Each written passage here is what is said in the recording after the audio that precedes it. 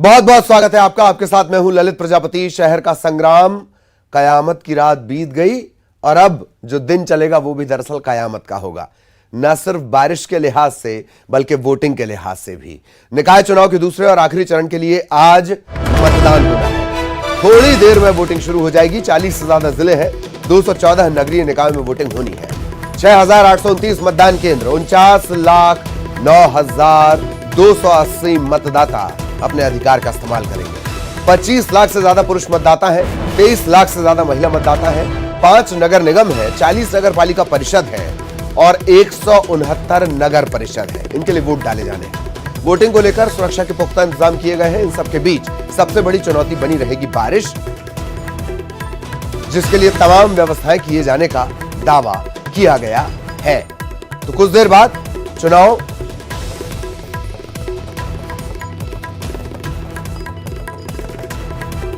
बेहद दिलचस्प मुकाबले खंगालने की कोशिश करेंगे।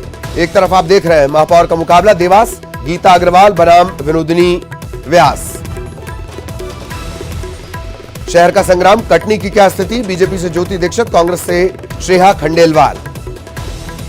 तीसरे समीकरण की भी बात करेंगे। बीजेपी से प्रहलाद पटेल, रतलाम से मयंक जाट कांग्रेस की तरफ से। आखिरी दौर में ये दोनों नाम तय हुए थे। रतलाम बेहद दिलचस्प सीट। मुरैना की बात कर ली जाए, मीना मुकेश जाटव बीजेपी की तरफ से, कांग्रेस की तरफ से शारदा राजेंद्र सोलंकी। शहर का संग्राम, मुरैना का महापौर कौन, मैडम महापौर कौन? रीवा की बात कर ली जाए, प्रबोध व्यास वर्सेस अजय मिश्रा, बाबा भी इन्हें कहते हैं। 5 नगर निगम जो बेहद महत्वपूर्ण है, इनमें क्या स्थितियां हैं ये भी हमने आपको बता दिया। तो आज मतदाता पहुंच रहा है। अगर आपके निकाय क्षेत्र में, यानी आप यहां के मतदाता हैं इन 214 नगरीय निकाय में से कहीं से भी, तो मतदान जरूर करें। बारिश की थोड़ी सी बूंदों से डरना नहीं है, आंधी से डरना नहीं है, तूफान से डरना नहीं है, जाके अपने मताधिकार का इस्तेमाल करना है। पिछले चुनाव में वोटिंग का कम परसेंटेज पार्टियों के लिए परेशानी का सबब बना और अब आज जबकि अलर्ट भी जारी किया गया मौसम विभाग की तरफ से 48 घंटों के लिए, बावजूद इसके आप बंपर मतदान के लिए घरों से बाहर निकलेंगे, यह तय है। 6,000 से ज्यादा मतदान केंद्र बनाए गए हैं जहां वोटिंग होनी है।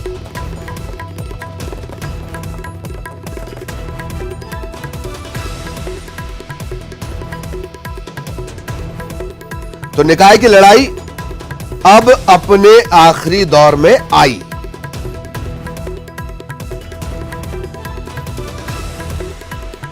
पार्टियों ने झोंक दिए पूरी ताकत।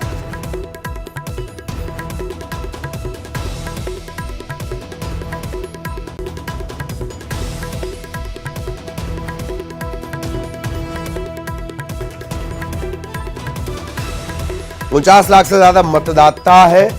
निकाय चुनाव का अंतिम चरण, 5 नगर निगम जिन पर खास निगाहें बनी रहेंगी। अंतिम चरण के लिए मतदान थोड़ी देर में शुरू हो जाएगा। 7 बजे वोटिंग शुरू हो जाएगी।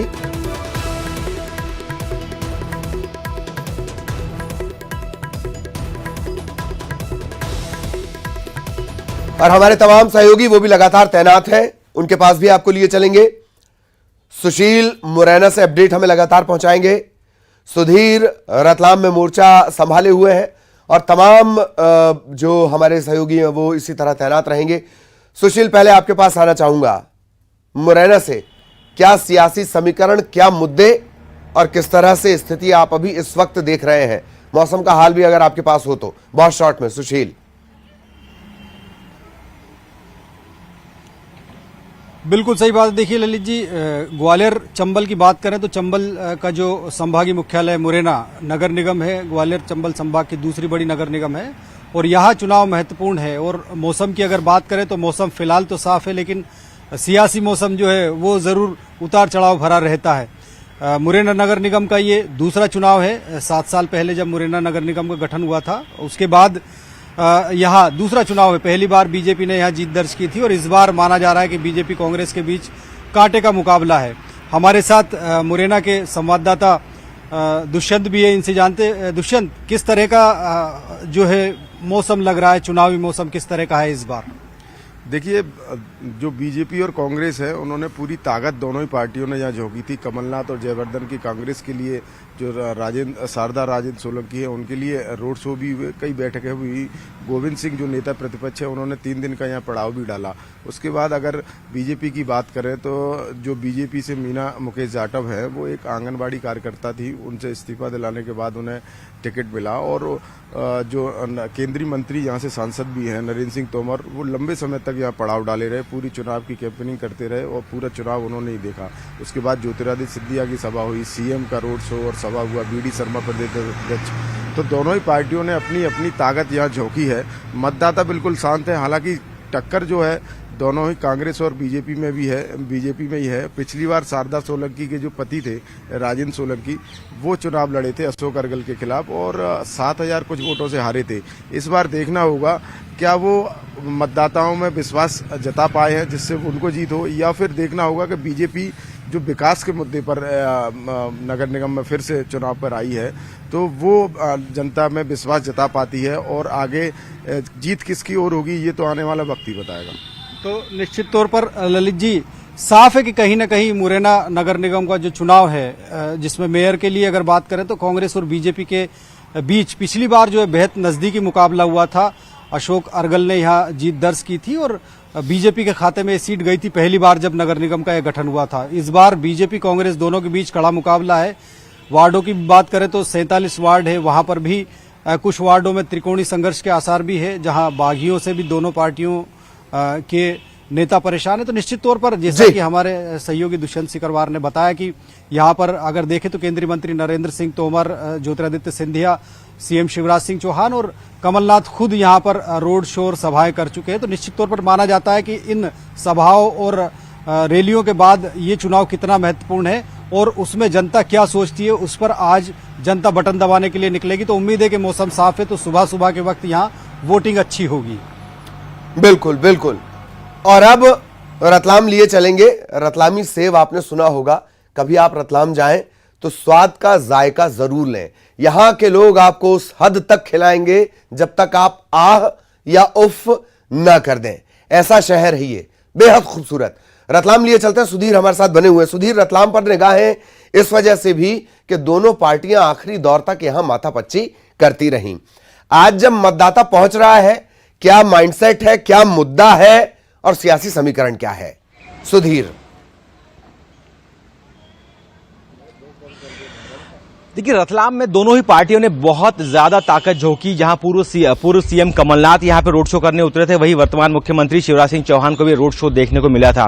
15 साल से रतलाम नगर निगम पर भारतीय जनता पार्टी का कब्जा है और सबसे बड़ी बात यह है कि दोनों ही दलों ने यहां से युवा प्रत्याशी को मैदान में उतारा है। कांग्रेस की अगर हम बात करें तो मयंक जाट यहां से युवा प्रत्याशी मैदान में उतरे हैं, वहीं भाजपा की ओर से प्रहलाद पटेल को मौका दिया गया है। दोनों ही जाट समुदाय से आते हैं और हमारे साथ खुद कांग्रेस के जो कैंडिडेट है मयंक जाट मौजूद है। मयंक, उन्हीं से चर्चा करते हैं। मयंक, बहुत मेहनत करी आपने, लेकिन बहुत लेट आपका नाम तय हुआ था। किस रूप में देखते हैं इस पूरे चुनाव को? क्या पर्याप्त समय मिला आपको प्रचार करने का? प्रचार करने का समय क्या बात ही नहीं है, जनता ने खुद प्रचार करा है। मयंक जाट तो एक सिर्फ चेहरा था, चुनाव तो असली में जनता लड़ रही थी। पर्याप्त समय था। क्या मुद्दे रहे हैं, किन मुद्दों को लेकर जनता के बीच में आप गए? पब्लिक ने किस तरह से रिस्पांस किया आपको? जन आशीर्वाद भैया, आपने देखा होगा कि किस हिसाब से जन आशीर्वाद हमें यहाँ पर मिला है। जनता त्रस्त हो गई थी इनसे।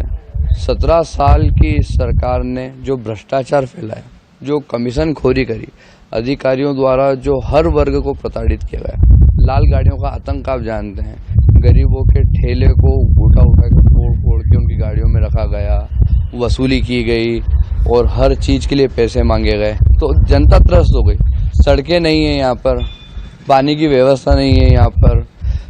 किसी बूढ़ी माँ के लिए वृद्धा पेंशन के लिए उसको 6-6 महीने तक उसको नगर निगम के चक्कर काटने पड़ रहे हैं। इससे गंदी बात रतलाम शहर के लिए। सोशल मीडिया कैंपेन बहुत देखने को मिला और 43,000 युवा मतदाता है इस बार। तो सोशल मीडिया का कितना असर पड़ा? मैंने देखा कि हर दिन में कुछ न कुछ आपका नया स्टेटस आता था और आपके जो प्रतिद्वंदी उनका भी स्टेटस आता था। तो सोशल मीडिया का कितना असर रहा इस पूरे चुनाव में? मैंने वचन दिया है सोशल मीडिया के माध्यम से हम यंग जनरेशन के अलावा जो आज सभी वर्ग के लोग हैं उनसे कितना कनेक्टिव हो सकते हैं, हमारा प्रोस्पेक्ट वो था और निश्चित तौर पर हम बहुत अधिक आगे हैं उनसे इस माध्यम में, सोशल मीडिया के माध्यम। कितने आश्वस्त है आज अपनी जीत को लेकर? जनता जीत रही है, मयंक जाट नहीं जीत रहा है, जनता जीत रही है। जनता जीत रही है ऐसा कहना है कांग्रेस कैंडिडेट मयंक जाट का। और अगर मैं कहूं तैयारियों की तो प्रशासन की तैयारियां पूरी है। रतलाम में आज 6 नगरीय निकायों सहित एक नगर निगम के जो बॉडी है उसको लेके शहर की जो सरकार है वो चुनी जाएंगी। 3 लाख से ज्यादा मतदाता है, 435 यहाँ पर बूथ बनाए गए हैं। तो थोड़ी ही देर बाद जो है लोकतंत्र के इस महा उत्सव में शामिल होने के लिए, शहर की सरकार चुनने के लिए बड़ी संख्या में रतलाम की जनता पहुंचेगी और मुझे उम्मीद है कि इस बार फिर से जो वोटिंग परसेंट है वो बढ़ के एक नया रिकॉर्ड कायम करेगा। बिल्कुल, पिछले बार के जो दरअसल वोटिंग परसेंटेज रहे हैं सुधीर, वही सबसे बड़ी चिंता की बात है। और सुधीर एक बात और, थोड़े मौसम के मिजाज की अगर चर्चा कर ली जाए, मौसम का मिजाज किस तरह का है? अलर्ट भी जारी कर दिया गया है, 48 घंटे का अलर्ट भी है और इन सब के बीच वोटर को निकाल कर लाना और वोटिंग करवाना, वो भी तब जबकि नगरीय निकाय का जो शहरी वोटर है उसकी आस्थाएं थोड़ी डिगी हुई सी रहती हैं। क्या स्थितियां रहने वाली मौसम के लिहाज से? देखिए, मौसम ने अब तक पूरे चुनाव में बहुत साथ दिया है। इंद्र देवता ज्यादा मेहरबान रतलाम में नहीं हुई है, थोड़ी थोड़ी बारिश यहां देखने को मिली है। कल से जो फोरकास्टिंग थी कि रतलाम में तेज बारिश होगी, लेकिन आज अब तक के मौसम सुहाना है। कार्यकर्ता निकल गए हैं, गली गली घर घर पहुंच रहे हैं लगातार कि आप घरों से बाहर निकलिए, वोट कीजिए। पिछले बार की अगर मैं बात करूं तो 2014 में यहां पे चुनाव हुआ था, 67% यहां पे वोट पड़े थे और उम्मीद है कि इस बार यह आंकड़ा बढ़कर 85 यानी 85 से भी ज्यादा हो जाएगा, क्योंकि एक 1-to-1 चुनाव होता है। पार्षद जो होता है, जो पार्षद के कैंडिडेट्स है, वो हर एक आदमी को जानते हैं। तो जो दोनों ही पार्टी के लोग हैं, जो कार्यकर्ता है, वो लोगों को घरों से यहां पर निकालने का काम जरूर करेंगे। और मैं जब सुबह देख रहा था तो जो कार्यकर्ताओं की टोलियां है वो निकल चुकी थी घरों से वोटरों को निकालने के लिए। तो आप यकीन मानिए कि इस बार रतलाम में वोटिंग परसेंट बढ़कर एक नया रिकॉर्ड कायम करेगा। और जहां तक मौसम की बात है तो मौसम वाकई इस बार पॉलिटिकल पार्टियों के, प्रशासन के और मैं कहूंगा कि जनता के साथ है। मौसम इस बार पूरी तरह से इस चुनाव में जो है कहीं ना कहीं सहायक बनकर उभरा है। चलिए यही उम्मीद है कि कम से कम वोटर को इतना मौका मिल जाए, बारिश और वोट का आपस में कोई ताल्लुक बन जाए। सुशील भी लगातार हमारे साथ बने हुए हैं और सुशील के साथ हमारे जो सहयोगी हैं दुष्यंत, वो भी लगातार बने हुए हैं कि किस तरह से स्थितियां रही हैं, जमीनी स्तर पर क्या रहा है, किसने कितनी ताकत झोंकी है। और वोटिंग के लिए तगड़े इंतजाम किए गए हैं। मतदान दल कल ही रवाना कर दिए गए थे। दावा यह किया गया है कि तमाम व्यवस्थाएं दुरुस्त हैं। व्यवस्थाओं में थोड़ी बहुत कमी बेशी रह सकती है, पर वोटर को अपने अधिकार का इस्तेमाल जरूर करना है। और लगातार हमारे सहयोगी इसी तरह हमारे साथ जुड़ते रहेंगे। और सुशील के पास एक बार फिर आपको लिए चलते हैं। सुशील, बारिश है, वोटिंग है, और जब इस अंचल का जिक्र आता है तो सहसा बंदूक उसमें अपने आप जुड़ जाती है। क्या स्थितियां रहेंगी सुरक्षा के लिहाज से, यह भी बताएं।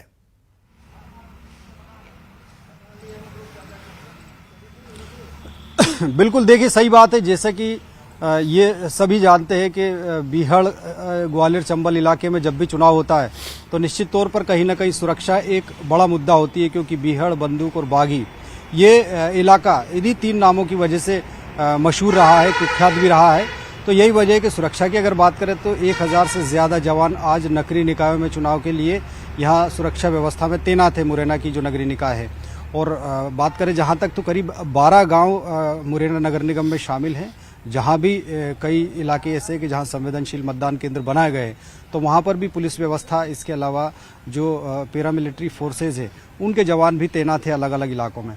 तो निश्चित तौर पर जब बात करते हैं चुनाव की तो कहीं ना कहीं बंदूकों का असर तो रहता है, लेकिन सबसे बड़ी बात यह है कि जब चुनाव का वक्त आता है तो जितने भी लाइसेंसी हथियार होते हैं वो थानों में जमा हो जाते हैं, तो उतना जोर नहीं रहता। लेकिन चुनाव के वक्त ये जरूर पुलिस सूत्र भी बताते हैं कि अवैध हथियार जो है उनका इस्तेमाल किया जाता है। लेकिन पिछले कुछ सालों की बात करें तो मुरैना, भिंड और पूरा जो चंबल का इलाका है उसमें बदलाव हुआ है। हिंसा का जो ग्राफ है वो भी लगातार कम हुआ है। छुटपुट हिंसाएं और घटनाएं जरूर होती है, इस तरह का पुलिस का भी मानना है। तो उन सब हालातों से निपटने के लिए चाहे चुनाव आयोग हो या मुरैना का पुलिस प्रशासन हो, सभी पूरी तरह से मुस्तैद होने का दावा कर रहे हैं। तो निश्चित तौर पर अब जैसे ही 7 बजेंगे मतदान शुरू होगा तो कहीं ना कहीं पूरे मुरैना अंचल की जो नगरीय निकाय, चाहे मुरैना की बात करें, आसपास की 2-3 और जो नगर परिषद में चुनाव होना है, तो वहाँ सुरक्षा व्यवस्था माकूल है। तो अब जैसे जैसे चुनाव में मतदान शुरू होगा वैसे वैसे हालात क्या रहेंगे वो हम आगे दिखाते रहेंगे, क्या तस्वीरें बनती है। लेकिन पुलिस और प्रशासन और चुनाव आयोग का दावा है कि शांतिपूर्ण मतदान होगा और हम सभी भी यही उम्मीद करते हैं कि शांतिपूर्ण मतदान के साथ ही लोग ज्यादा से ज्यादा निकल कर आए और मतदान करें, लोकतंत्र में अपनी सहभागिता निभाएं।